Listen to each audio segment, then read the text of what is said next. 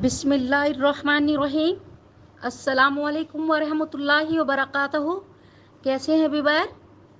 मुझे उम्मीद है अल्लाह ताला की रहमत से कि आप अल्लाह के फजल करम से खैर आफियत से होंगे। मैं आज आपको बताऊंगी कि फ़ज़ाइल सूरत वाक़या के फ़ज़ाइल क्या हैं। ये सूरत बड़ी बाबरकत वाली है।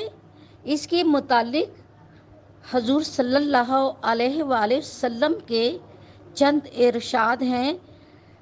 शोएबुल ईमान में बिन मसूद रज़ियल्लाहु अन्हा से रवायत की कि रसूलुल्लाह सल्लल्लाहु अलैहि वसल्लम से मैंने सुना है कि जो आदमी हर रात सूरत वाक़या पढ़ेगा इसे कभी फाका नहीं होगा। हज़रत बिन मसूद रज़ियल्लाहु अन्हा मर्ज़ल मौत में मुब्तला थे।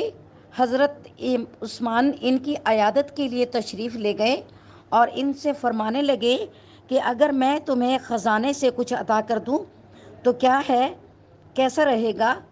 इन्होंने फरमाया मुझे इसकी कोई ज़रूरत नहीं। हज़रत उस्मान रज़ियल्लाहु अन्हा ने फरमाया बाद में तुम्हारी बच्चियों के काम आएगा।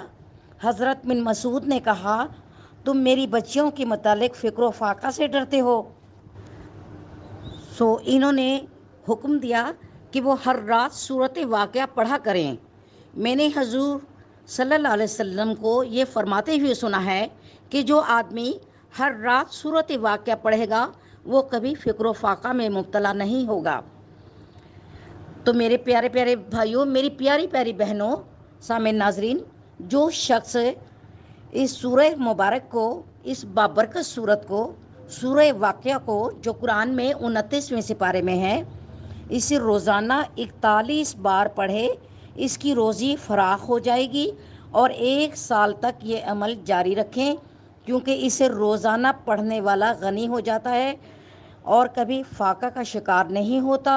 अगर इस सूरत को कब्रिस्तान में जाकर अपने मरहूम की कब्र के सिरहाने की तरफ बैठकर इसे पढ़ा जाए और इसके बाद इस मरहूम की बख्शिश और निजात की दुआ की जाए तो इंशाअल्लाह वो अज़ाब कब्र से निजात पाएगा।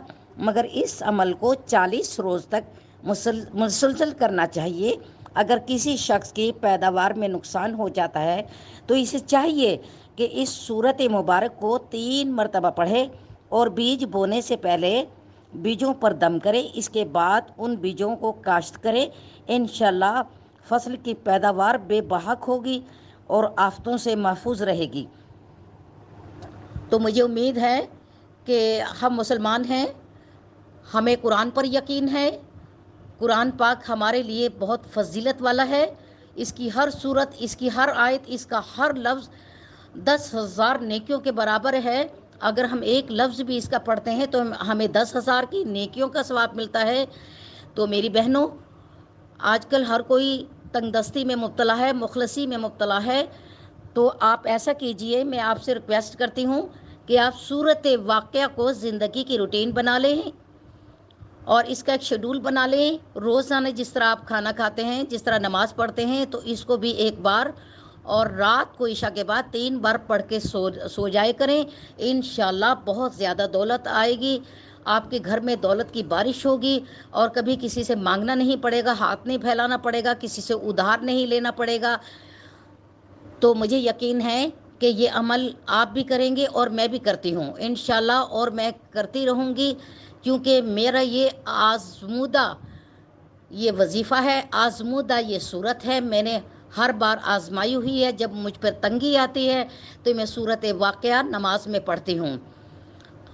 दुआओं में याद रखिएगा। इंशाअल्लाह अल्लाह ताला आपको खुश रखे, अल्लाह ताला आपको सेहत और तंदुरुस्ती दे, अल्लाह ताला ईमान की दौलत दे, अल्लाह ताला पैसों की, डॉलरों की दौलत दे आपको, अल्लाह ताला सेहत और तंदुरुस्ती के साथ लंबी ज़िंदगी दे। ओके, इजाज़त चाहूँगी, शाज़िया नज़र को इजाज़त दें। अल्लाह हाफिज़।